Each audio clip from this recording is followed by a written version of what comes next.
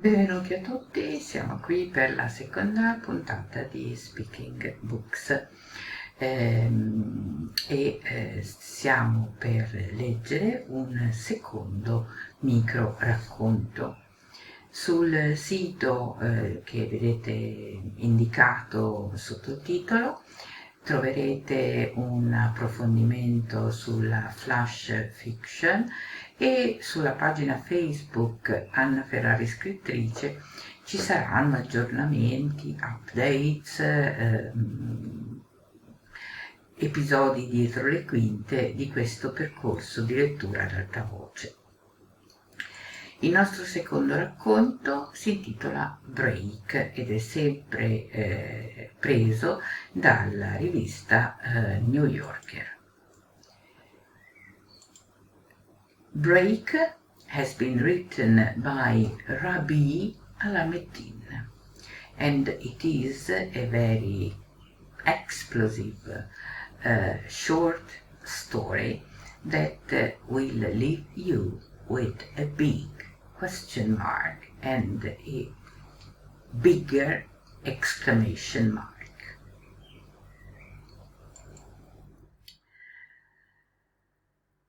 Break. Break in Italian is rottura.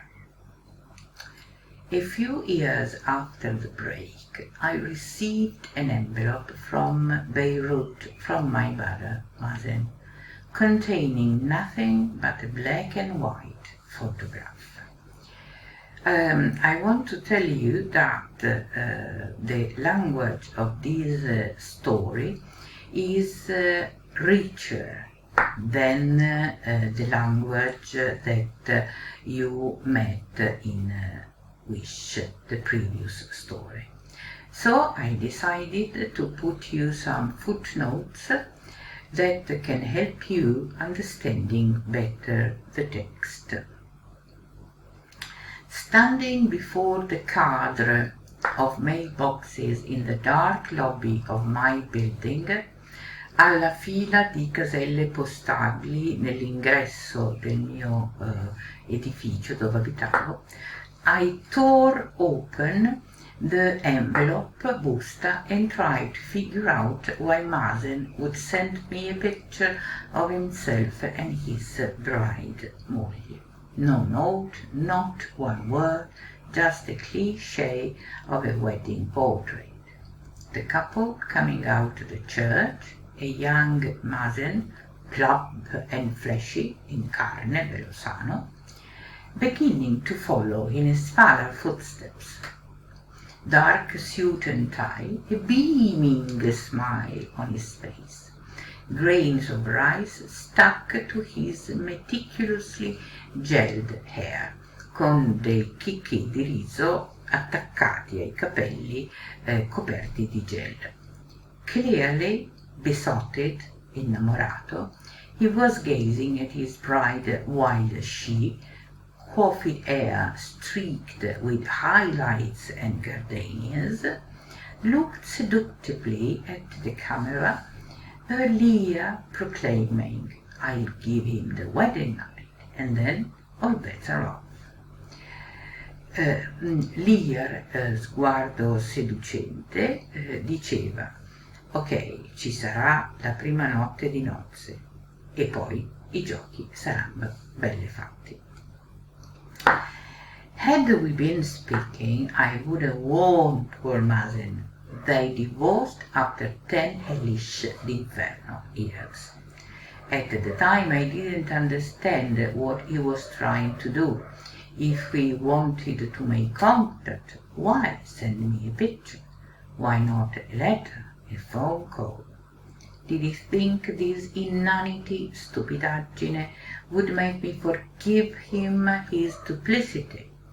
He was my closest friend always, my only friend, co-signer of a covenant, co-signatari di un patto. We shared a bell till he was 10, pressed together against the same sheet of cottons, and he abandoned me. I sent my reply, a photograph of my girlfriend and me. She and I were young and in lesbian love, and the picture reflected it. We were atop each other in Central Park, hallowed by glorious sunlight and a furious cloud of nuts, moscerini. I sported big hair and layers of early Madonna tops over my budding breast, sui miei seni che stavano fiorendo. 10 years earlier I had won a scholarship to Yale, a full eating, drinking, sleeping, studying scholarship, the prestige of which had earned me my family's blessing. Leave, young man, God be with you. Leave and return to us with untold riches and a smidgen of culture to edify, and the treasure of culture. I left Lebanon and I was transitioned in college, changing from a depressed young man to an angry one. The humiliation of my childhood, the don't do this, the boys don't do that, the you must try to be normal, all those sticks and twigs, dry kindling, burst into a furious bonfire. Tutti quei rametti e ramoscelli secchi, quella legna asciutta, scoppiarono in un furioso incendio. Everything was my family's fault, colpa. Of course it was. My cracked cup runneth over with molten rage that no saucer could contain. La mia tazza ormai rotta travolse ogni cosa, tanto che nessun piattino, nessun perdono avrebbe potuto contenere.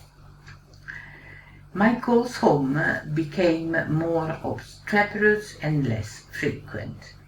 My side of the conversations consisted of various permutations of I hate you, I loathe you, you never respected me, you never understood me, I am unhappy and you made me so, I demand justice, I despise you. Anger was the shape of my breath, outrage the sound of my voice.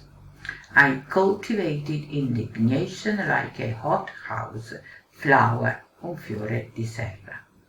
My mother made sure to explain that I was giving the family a bad name, that they would be mocked and ridiculed because of me and the way I was choosing to live my life. I don't know which was the final straw, changing my major or changing my sex. I switched from pre-med to English, dagli anni preparatori di medicina a inglese. At the beginning of my second year, I went out in public with coal on my eyes and ruby red lipstick in the middle of my third. My mother decided that I was dead. No one was to talk to or of me, not my father, not my siblings. She killed me. Nothing hurt as much as being cut off from Mazen. When, as a child, I used to wake up terrified in the dark, so scared that I would sidle closer to him in our small bed and hug him fiercely, he poured comfort into my ears. The nightmare was not real, l'incubo. He would tell me, it couldn't hurt me.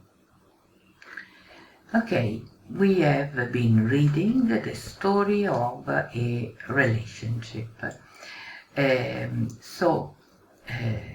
Who are the two protagonists of this story? What is the relationship between them? What is who is the writer? What is this person's sex? And what are this person's feelings toward the original family. Why? Okay. I was certain that I'd never forgive his betrayal. Of course, you can discuss my questions with friends while you are reading and listening, so that you can go deeper into the story's meaning. But he sneaked back into my life, ma si infilò di nuovo nella mia vita, slipped into the water with a silent paddle. We sent photographs back and forth for 7 years, but no words were exchanged. Our relationship was reduced to a visual correspondence. It was only later, when he came to visit for the first time, that I learned that he'd sworn to the homunculus that was his mother that he would chop off his tongue if he uttered a word to me. Gli avrebbe mozzato la lingua se avesse parlato con me. That he'd saw off a finger if he wrote a single letter to the family, che gli avrebbe segato via un dito, to the family freak, strana persona, fricchettone.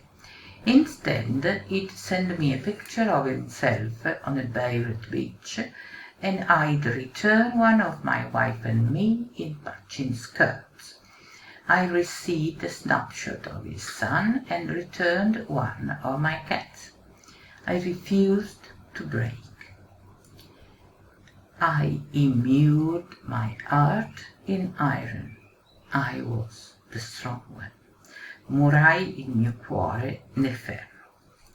When I published my first book, I didn't think anyone back in my cursed family, nella mia famiglia maledetta, home country, nel mio paese d'origine, would even notice. Small press, different name, poetry.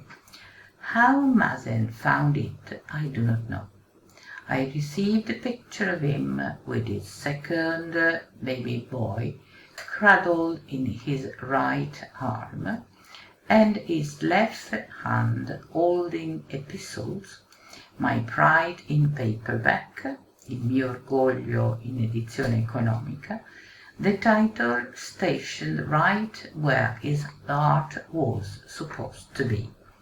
And il libro era posto proprio dove si ritiene che fosse il cuore. He broke first. I received a 4x6 portrait of his son with a slightly bleeding nose, taken hastily, badly lit, likely by a bathroom bulb. On the 10-year-old face, a thread of blood trickled from nose to upper lip, curving an OG around the corner of the mouth and down the chin. The boy was in no pain.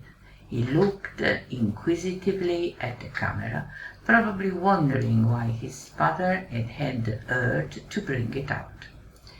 I held my breath for a beat or two or three when I saw the image on the back of the photograph Mazen had written. I keep seeing you. Continuo a vederti. Iron is iron until it rusts. When I was 10, a bully, un bullo, at school pushed me into a wall. My nose bled. Mazen, 11 at the time, took me to the lavatory and helped me clean my face. We missed 2 classes, hiding and holding each other in the bathroom. The boy's face in the photograph is an almost exact replica of the one I saw in the mirror that day. Mazen's son looks more like me than like his father. My response didn't include a picture.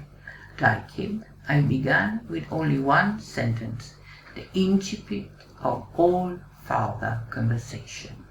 In the middle of a white sheet, I wrote, I have never stopped missing you. See you next Thursday. Bye.